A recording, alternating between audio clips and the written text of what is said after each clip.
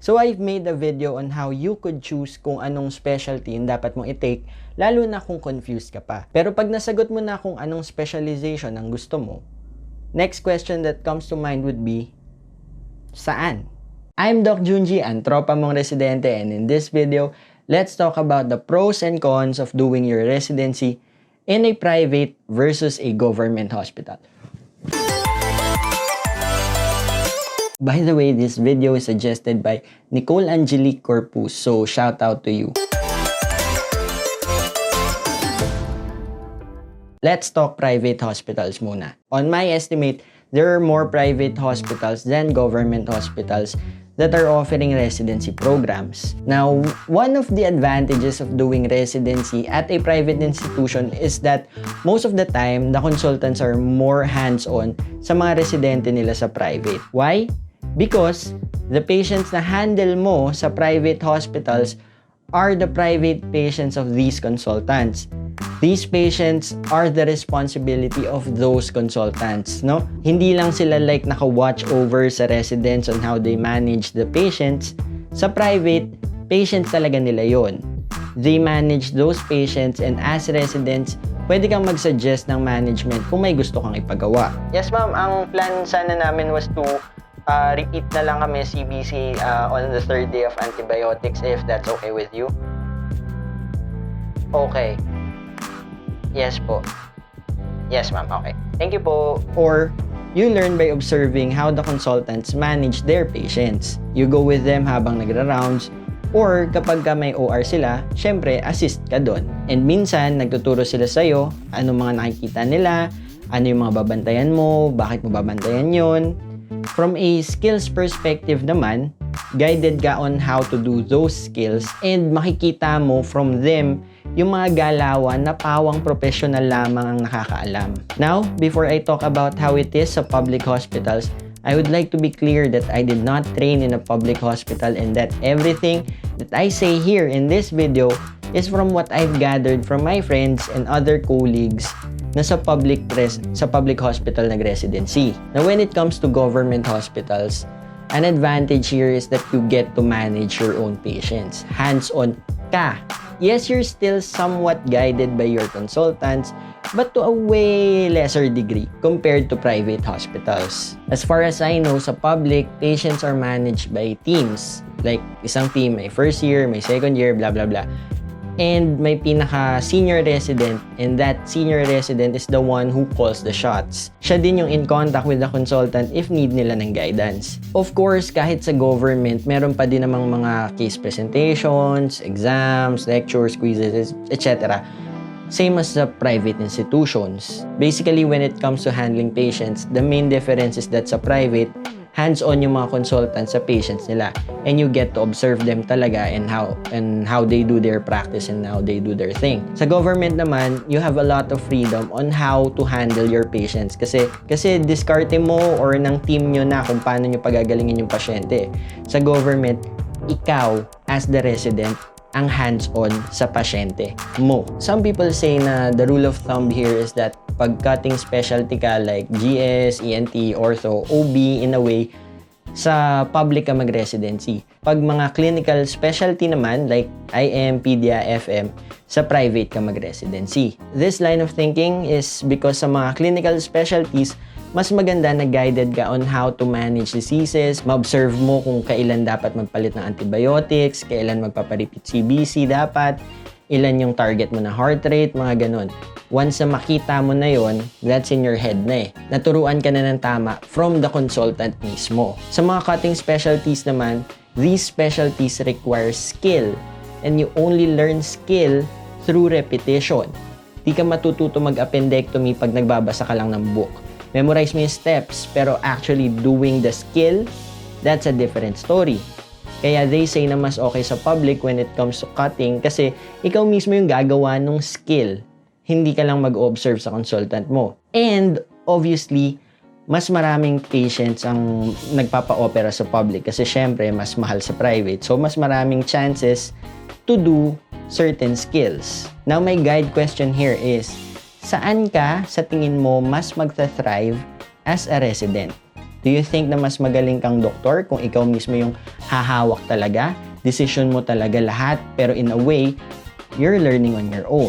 Learning from your senior residents. Or, mas gusto mo yung guided ka, pero in a way, mas bawas yung freedom mo to do your own diskarte. Ang konyo nun Like, Chong, I don't make salita like that talaga usually, but sorry.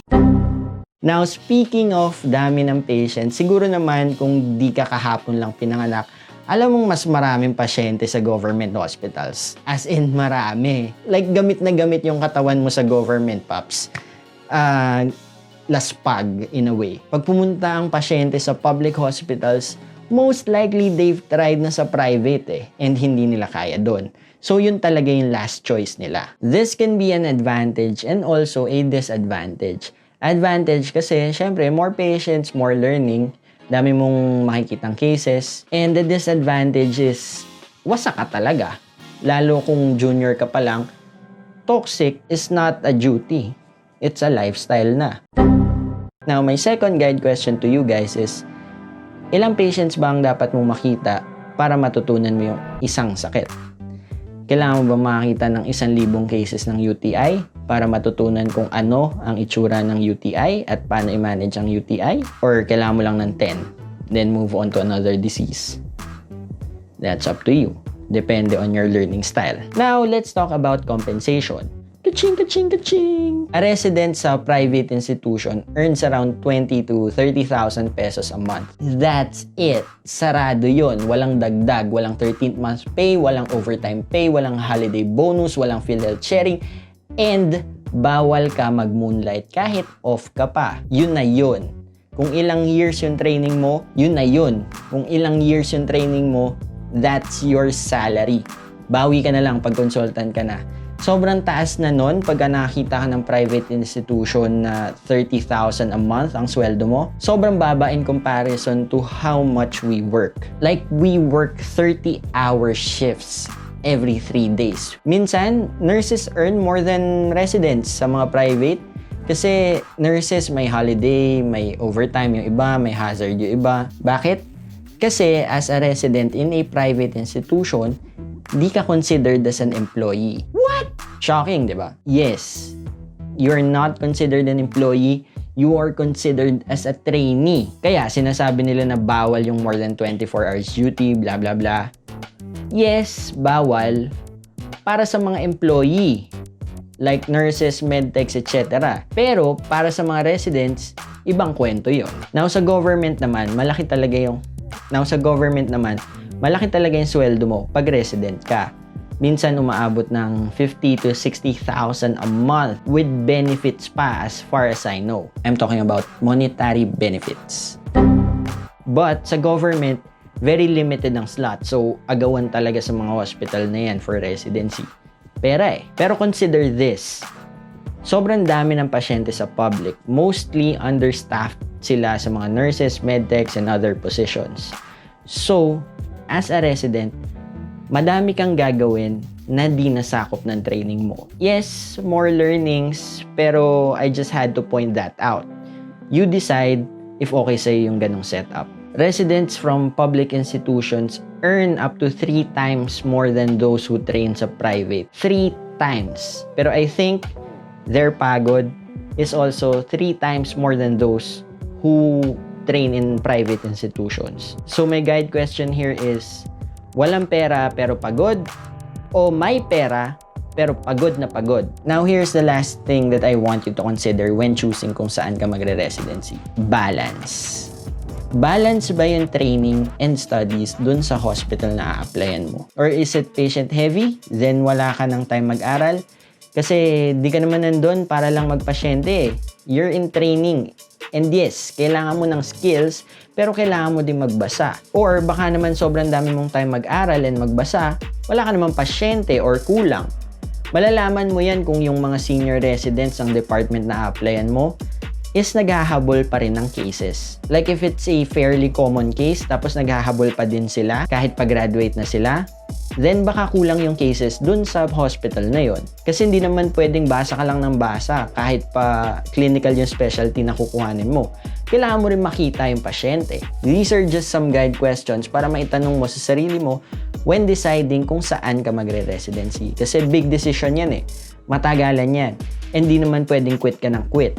Kaya another tip here is to take your pre-residency seriously.